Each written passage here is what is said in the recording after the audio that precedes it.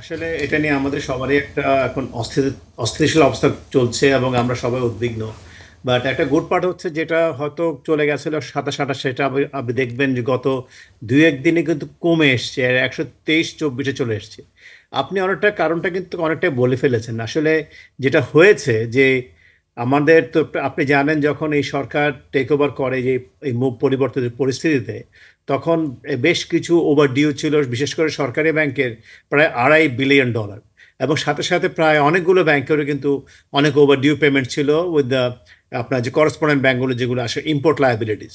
এবং আপনি জানেন যে যেহেতু আমাদের দেশকে ডাউনগ্রেড করা হয়েছে, আউটলুককে নেগেটিভ করেছে আমাদের বিভিন্ন ইন্টারন্যাশনাল রেটিং এজেন্সিস, সেক্ষেত্রে আমাদের একটা আহ, উদ্দেশ্য ছিল, যে একটা অবজেক্টিভ ছিল, যেটা সেন্ট্রাল ব্যাংকের সাথে কথাবার্তা হয়েছিল, যে আমরা চেষ্টা করব অন্ততপক্ষে আমাদের দিক থেকে, যেটা সবচেয়ে ইম্পর্ট্যান্ট সেটা হচ্ছে যে আমরা যে আমাদের ইম্পোর্ট পেমেন্টসগুলা আমরা সময় মতো পেমেন্ট করে দেবো, যাতে করে আমরা যেন স্টাবলিশ করতে পারি একটা ফ্যাক্ট যে বাংলাদেশি ব্যাংকগুলো তার যে দায় আছে সেটা সময় মতো পরিশোধ করছে। ওই একটা কারণ ছিল যার জন্য সেটা মোটামুটি সিদ্ধান্ত হয়েছিল যে আমরা ডিসেম্বরের মধ্যে সেটা শেষ করে ফেলতে পারি। এবং তারই পরিপ্রেক্ষিতে আপনি দেখবেন যে আজকে $2.5 বিলিয়ন হয়তো 3-4 লক্ষতে নেমে এসছে।